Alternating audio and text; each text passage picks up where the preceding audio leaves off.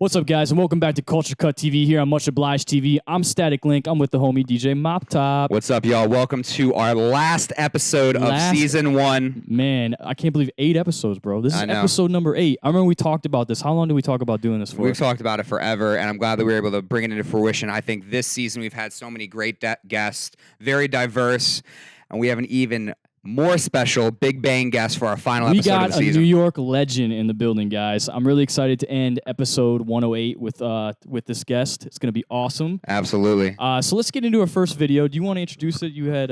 Yeah, absolutely. So this first video is honestly one of my favorite videos from one of my favorite artists. Put it this way. When we were looking up videos for today, MopTop was singing the lyrics to the song nonstop. I actually sang the entire every single song. lyric to this song. So just put it out there. This is an important video to Mop. This is one of my anthems. This is Freaks and Geeks, Childish Gambino. You'll notice very similarly to his new video that I'm sure a lot of people have seen already.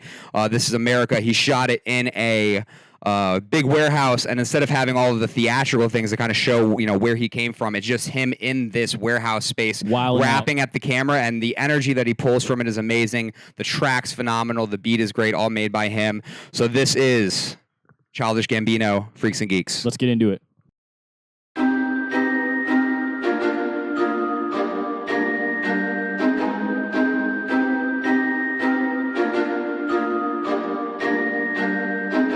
Alright, Gambino is a mastermind. Fuck a bitch to pass the time. Mass appeal, orange rind, smoke your green, I'm spending mine. The beat is witch's brew, but beware this shit is potent. EE coming on her face. Now there's poetry in motion. Yeah, Gambino make it work. I'm the boss, move something. Yeah, this cool fucking suits me. Swag too. What's up, guys, and welcome back to Culture Cut TV here on MuchObliged TV. That was Freaks and Geeks by Childish Gambino. Love this song, but I think more in the song, I love seeing MopTop rap along while I was looking for the videos. You might get some outtakes of this in the vlog of me going ahead and singing the entire Freaks and Geeks Man, he was going in on it. It was crazy. So we got a special guest for our last episode of the first season. We got Nick Catchdubs in the building. Legendary New York artist, man. What's up? How you doing? This is so kind. I'm doing good. I'm coming straight from Fool's Gold office headquarters on 147 Grand Street. I'm psyched to be here for your season finale. Is this going to be a cliffhanger? Like, do I need to be worried? Of course. That's how you get him interested for season 2, man. That's what we got to do. All right, that's the end of the interview. Guys, check out season 2. No, I'm joking. There we go. Yeah, man. So for the people who may not be familiar with who you are and what you do, why don't you give them a little introduction about yourself? Sure. I am a DJ and producer based here in New York. I started the Fool's Gold label with my friend A-Trak 11 years ago. Crazy. And we're still doing our thing. We've got a store and a clothing brand and a series of events. And, we put out music. And that's, I think, the core of everything we do. Speaking of events, Fool's Gold Day Off just happened recently. Knockdown Center. It was awesome. Yeah. It looked amazing, man. I'm really disappointed. I had to work my day job. Yeah. I couldn't make it. I was so annoyed. No excuses. Don't make excuses. Yay, there you go. But it was good. It was, it's nice to have, artists like Sheck West who are like really blowing up right now. Absolutely. And then brand new artists who, are poised to blow up, all in the year to come. So it's like for us, we just want to be a platform for things that, are new and exciting to us. And then that extends to, the audience. I think that's one of the biggest things that I admire about Fool's Gold and everything that you and Alon do is just the fact that you guys are able to break so many artists and bring so much to the forefront, with all different genres. You guys were doing it a lot with like electronic music before it was called EDM, a lot with like hip hop artists now. But going back to a lot of genre bending too. A lot of genre bending. Where it's a crossover, like what do you call it? Yeah, I mean, I think that for us, it all stems from a DJ sensibility. Right, and you know what I mean? Totally see that. I think as a DJ, I respect that a lot because I definitely see it as a DJ's label where, there's so much genre bending and it's what I would do if I had that type of platform, being able to just pick the best artists that I was interested in and things that I believed in. Yeah, it's not about, putting it in a specific box. It's just more like, is this good?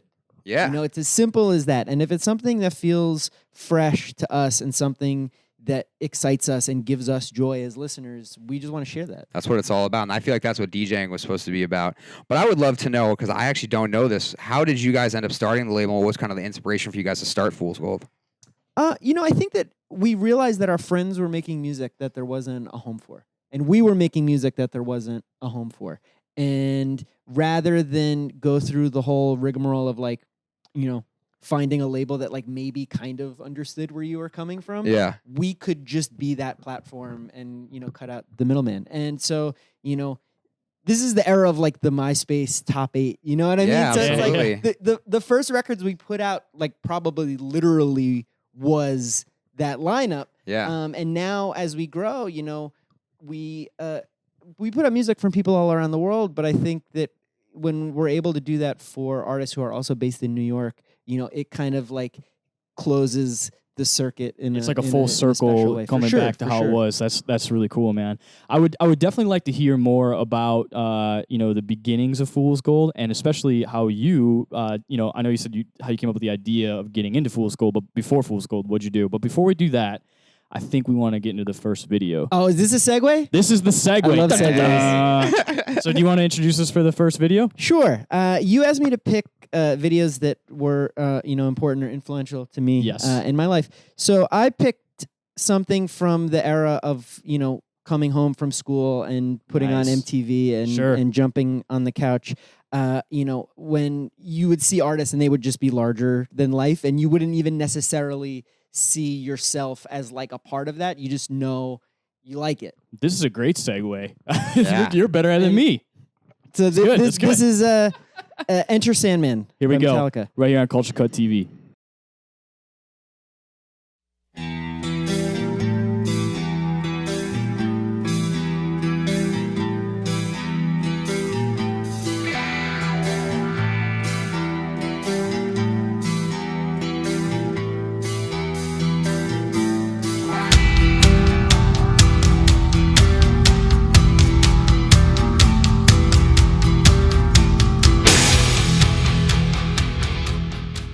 Welcome back to Culture Cut TV here on MuchObliged TV. Enter Sandman. I'm going to say this is actually one of my favorite tracks. This is a track that I still use weekly in some of my DJ sets, and I think that, super classic, amazing music video, and I think bringing it back to that era of when we would come home from school and, like, watch MTV, like, I don't know if that is still, a thing even anymore. I know TRL made a comeback, but it's early in the morning now, and it's quite a bit different. I think that people will always want experiences. You know what I mean? Absolutely. And so it used to be that cable was the only like pipeline for to that. deliver that to you. Now you have your phone and you have like literally every screen everywhere. So like the way you get it is different, but you still want things that are interesting. You know what I mean? It's like I hope that some kid is experiencing, whether it's like Enter Sandman or watching like a Takashi video or something and being like, I don't know what this is and it scares me, but like I also kind of like it. And every generation has its own. Well, I think that's the great thing too about the generation we live in, because anybody can now do this with no filter. I mean, me and you started this show with that thought in mind. We wanted to bring back music videos and talk to artists about why music videos influenced them, instead of just saying, oh, this music influenced me. What about the visuals influenced you? You know what I mean? So that was kind of the motivation. I think it's cool that pretty much any kid, like you're saying, with an iPhone or whatever it may be, can start something very similar to that, some kind of vlog or TV show or what it may be, So that's definitely hit the nail on the head there. So speaking of that, you talked about how right before we went into the video that when you used to watch these videos, they seemed larger than life, and you didn't expect yourself to get to the level of that stardom, or maybe you weren't. I don't know if expecting it was the best word, but something along those lines. How would you say? What path, or when did you decide that the music industry was like your way? Your way, yeah. I still don't think I'm a part of the music industry. You know what I mean? Gotcha. Like I operate within it, but I'm just someone who likes making things, and I've worked very hard at crafting a life that allows me to keep doing that. Absolutely. So, Definitely. The fact that it involves like selling music is just one element of that. Yeah, I think that whole lifestyle is the life of an artist, and the selling thing is maybe just a part of that, but really it's being able to do whatever you want, to be able to make your own decisions and craft your life in whatever way. And part of that can be putting on music that you believe is something that you're passionate about. Yeah, and that's a big part of the sharing. label. Exactly. that sums it up perfectly right there, man. It's definitely something, so as a creative, you don't really think of yourself more as a business person than a creative. Is that kind of what you're saying? Or, I'm sorry, more of a creative than a business person. Yeah, I think that the reality is that in this day and age, you have to learn both if you want to sustain These are gems more right so here. than ever, yeah. career. And, I think that like everything, it's about striking a balance. Sure. You know, if I go into a studio session and say to myself, like, all right, so now I'm gonna make a hit to get bookings in Germany. You know what I mean? Like, what are Germans like these days? Right, You know, right, right. like, It comes ungenuine. Nothing Unorganic. good is gonna come from that. But at the same time, if I'm also just dicking around, like, oh, here's a loop that I kind of like, let me never finish this. You know, that's not good either. So you need you need to find the level of motivation that allows you to finish things, but not so motivated that like it drives you crazy and you're constantly comparing, like, oh, this artist has more Spotify followers than me, I'm gonna jump off the bridge. Right, which I think today in this day and age, I think a lot of artists are obsessed with those numbers. Yeah. So and it kind of takes away, in my opinion, takes away from the art in a sense. Perspective is everything, and that's why, you know, stuff like this, you know, like I'm super down to take part because I know that it's coming from like a place of love. Yeah, man, that's exactly, you hit the nail on the head. That's exactly why we did it, man. We wanted to do something that was different, you know what I mean? That came, you know, out of left field, I guess, essentially with the music videos. I would really love to know, so maybe not being part of the music industry, but how did you start getting into music? Did you start as a DJ? Did you start producing? Like, where did you find your love for music? I mean, even just like as a kid in school, you know, like you pick up an instrument and then, you know, you might start on stuff that you realize is not for you. Like I can remember like taking like piano classes and, you know, having like a very sort of like old school, you know, slap you with the ruler kind of teacher. And in retrospect, I wish that someone forced me to stick with it because then at least like I could play piano now. Yeah. But Sure. that process, you know, led me to say like, I need to find something that I like. And then, you know, first that was with guitar, and then later in life that was, you know, as a DJ with records and getting into more electronic production.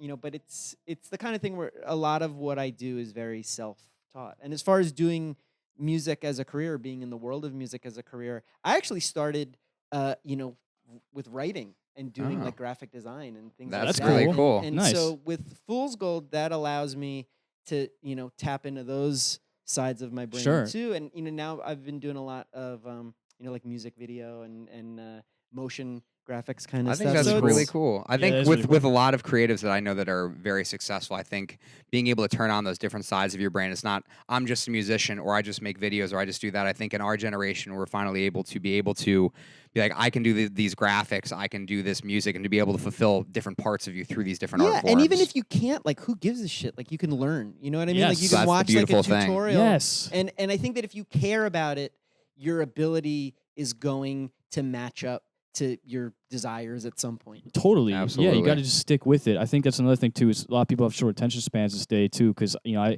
I teach at Scratch DJ Academy. I'm one of the production instructors there, and I feel like sometimes people do get a little frustrated fast and they'll quit. And I think if you have a passion for it, just understand that failure is part of learning, and you just have to stick with it. Sometimes the know? best part of it. Get it out of your system as quickly as possible. Yeah. Do you hear that, kids? The soul cam, stare into their soul.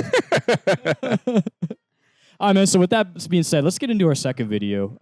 You want to introduce this one? Yeah. You know, if the first video was me kind of not knowing anything about how the sausage is made, this is very much an entry into the world of, you know, what goes into a music video. I'm in this music video. Perfect. This is Kid Sister and the Count and Sinden Beeper. Oh, one of my favorites, actually. It was directed by friends of mine, and we shot it in Chicago. Nice. And so Nice. those kind of moments are very dear to me because it's sort of like you can kind of see, you know, this isn't someone coming down from the mountain and saying like you're allowed to do this. It's just people grabbing a camera and like no one's giving you permission. You know, no one's sort of like signing off like you are allowed to be a music video creator. Right. It's just, Yeah. It demystifies the whole process, and that's something that I do now. You know, as an adult. Yeah. I want to just kind of show people like, you know, you don't need me to co-sign you. Like, you can just do it. Here are the tools. You know, it's up to you now. Yeah. Man, this is great. All right, man. Great introduction. Let's get into it right here on Culture Cut TV. Hey, hey, hey, hey, hey, hey, hey. Hit me on my beeper, hit me on my beeper, beeper, beeper, beeper, beeper. Hit me on my beeper, hit me on my beeper, beeper, beeper, beeper, beeper. Hit me on my beeper, hit me on my beeper, beeper, beeper, beeper, beeper. Hit me on my beeper, hit me on my beeper, beeper, beeper, beeper. Hit me on my beeper. Hit me on my beeper. Beeper. Beeper. Beeper. Beeper. Hit me on my beeper. Hit me on my beeper. All right, welcome back to Culture Cut TV here on MuchObliged TV. That was Kid's Sister with Beeper. Crazy video. And I can actually see what you were talking about as far as the video goes, of being, it doesn't seem very, commercialized. We also green screened. Look at that. Hey. Boom. See, Every good studio we're onto does this. something Hey. here. That's how we know, man. See, now we got the cosign. We know we're doing the right thing. We're on the right track Chroma here. key for everyone. Chroma key. All right, man. So, speaking on that, and the stuff that you're doing with Fool's Gold, you have the day off going on right now. You guys just opened up the brand new store. I saw the launch, which was back in the spring, Yeah, right? the store, just celebrated its first anniversary, and that's exciting too because it's a hub for, people to touch and feel what you're about. You're giving them the experience. It's funny you say that because when I first moved to New York, so I moved here 5 years ago. I grew up originally on the Ohio-Michigan border, and the Fool's Gold store was one of the first places I visited when I moved here. Your old Nice. store. It was Yeah. it was really small. I remember Over there was at like a Warmer bin of Stop. records. There's a bin of records on the front side, Merch. and then the merch on the left. I yeah, like that we exist as a sort of place where maybe what we do as a label and you want to come and it's like you're making a pilgrimage to it. Sure, right. Or maybe you saw something red in the window and you're like, Let me reaching out let me to see it. what this is So, about. I mean, for us, the challenge is how do you create an experience that's interesting for both people and then get them to come back? And, I feel like we get better with that, with every I think drop. that's And one thing sure. I've always been impressed with, what you've done, what A-Trak has done, and what the label has done. And kind of how you guys are able to do that with all your artists is, I think you can nail it on the head with creating that experience and being able to make it larger than just the music. And how do you feel like that plays a part, and how do you guys kind of go about the process to create those experiences for people? I wish I could say that it's like a formula, Yeah. but it's not. I think that we just, trust our instincts and our tastes and then, work crazily hard at it. And, Yeah. You might, nail some things perfectly and then need to tighten other things. But I feel like as long as you're thinking about it and improving a little bit each time, you're good.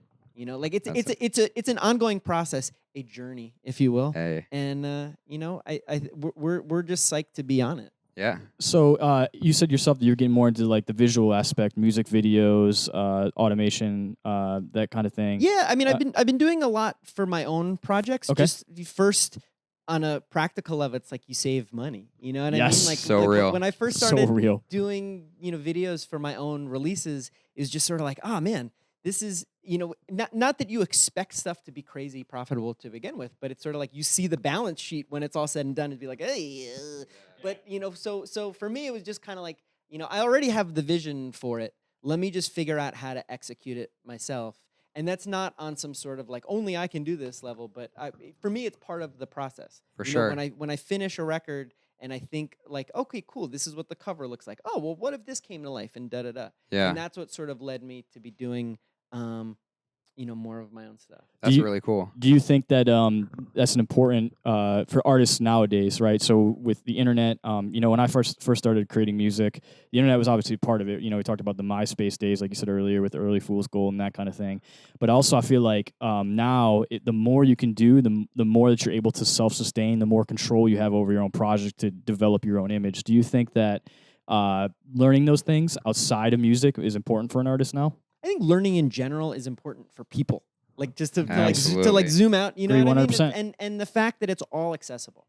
You know Sure. what I mean? None of this stuff is held in a tomb somewhere that you have to Indiana Jones your way out to. Yeah. Um, You can learn anything, and I think that's the beautiful part of it. And I think everybody kind of has their own formula with that. Certain people are able to be more hands-on. Certain people like to let a project go and be like, hey, let's collab. And what type of crazy ideas do you have that can fit within my project? Yeah, and I think that the nice thing is that once you learn the nuts and bolts a little bit, you can you learn the rules to forget them. Yeah. And for me, DJing, I figured that out. Yeah. On my own, and then getting into production, it's like, oh, you figured that out on your own. Sure. But then you need to stop and say okay, cool. Well, what am I saying? What is my voice, and how Right. can that be different from anything else? So how can I take stuff and not just make something that's cool or something fun to play out, but something that you think can like it enrich the world in some way. Dude, you are Yeah. dropping Give your gems message. right now. These people, man, for all you out there, listen, because this is great. This is great Truth. knowledge. It's truth, And 100%. I'm not, I'm at the start of that process. You know what I mean? It's like I haven't figured that out yet, but I don't think anybody like figures it out. It's Well, I don't not think like- anybody ever figures it out. And I think one of the things that you hit home and something that I kind of feel in the same way is, you should always be learning. You should always be developing as a Yes. person. As soon as you stop like learning and Yes. developing is when you start dying. And I think 100%. that's the biggest piece. And with the stuff that I've been putting out over the past year, I kind of came up with a concept that was sort of tied into a lot of my own outside interests. Like it's crazy as we're filming this, they're doing a trauma movie outside. Yeah. And that is so cool to me because I love like 80s like sci-fi and horror and like New York kind of like grime. In the press release for the first single that I put out, it was this song called UFO Style. I referenced chuds. Do you remember chuds? Yeah. The like creatures that lived in the New York sewers. Yeah. And so like, for them to be doing, like low budget horror movies as we do this, like to me that's interesting. And so it's cool. I try to take that sort of like base of interests and apply it to the artwork or the visuals for my own things. And so these last couple singles I've been putting out on Fool's Gold have been very much inspired by like 80s New York. Not necessarily trying to sound like that, but to take that sort of like early days of hip hop, early days of club music kind of vibes and apply it to more modern. Yeah, production modernize it a little techniques. And I've been working with only New York artists for this. Awesome. That's really I cool. did a record with Maddie Safer, who was in that band, The Rapture, Yeah. and now is doing Yeah. his own solo stuff. I have a single coming out with my friend Proper Villains. He has a like a dance hall side project called Fire Alarm. Oh, Yeah, that's yeah. dope. So for me, being able to say like, hey, you know what? These are my intentions. This is the kind of stuff that I'm trying to really just get a firmer grasp on creatively. Like that is what keeps me psyched. And so for the third and final video, Here we go. I picked a track by these guys, The Blaze, and so they're producers, but they also make their own videos. I was gonna say I watched the video, the beginning of it, because I wasn't familiar with it when you sent me it, and it's awesome. It's super. Dude, it's super visually, cool. it's super awesome. And Visually, very visually appealing. I like that they created a world that was theirs. You know what I mean? They created Yeah. something that looks and feels like nothing else, and it's beautiful. Like it has like an emotional like depth to it. And so for me, like not to be pretentious about it, but like that's something that I am inspired by and aspire Sure. to. And I don't know if I'll ever like get there, but fuck it, let's try. Yeah, Oh, yeah. Right? Hell yeah. All right, well, let's get into that right here on Culture Cut TV.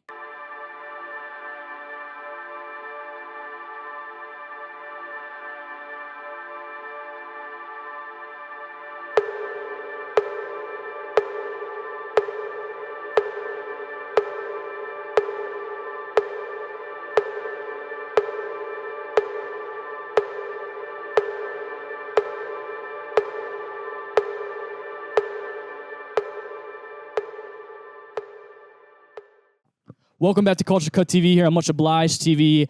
Excellent video by The Blaze. The visuals on that are amazing, man. Yes. It was great. Shout out to the homie Nick Catchdubs for coming through and blessing us with some knowledge. Watch it 2 times. Watch it 3 times. Go back through. Matter of fact, go back through the whole season because this is the final episode of season 1. Yes.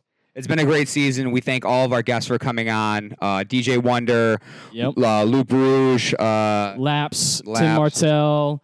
Who else are we forgetting? Skip Rage. Skip Rage. Man, it was just an excellent, excellent season. You definitely want to go back through and watch all that and hear all the knowledge from all these different artists that come from all these different backgrounds and see their music videos. I mean, see Yeah. what inspired them. So for today's final music video of Culture Cut TV Season 1, we're going to get into Clout Cobain by Denzel Curry. Peace. Make sure y'all like, share, subscribe. Tune in for next season. We got some special surprises for y'all. I just wanna feel myself. You want me to kill myself? Man, I've been on my own. Lord, I'ma need some help. I just wanna feel myself. You want me to kill myself? Man, I've been so damn long dealing with the things I feel. Suicidal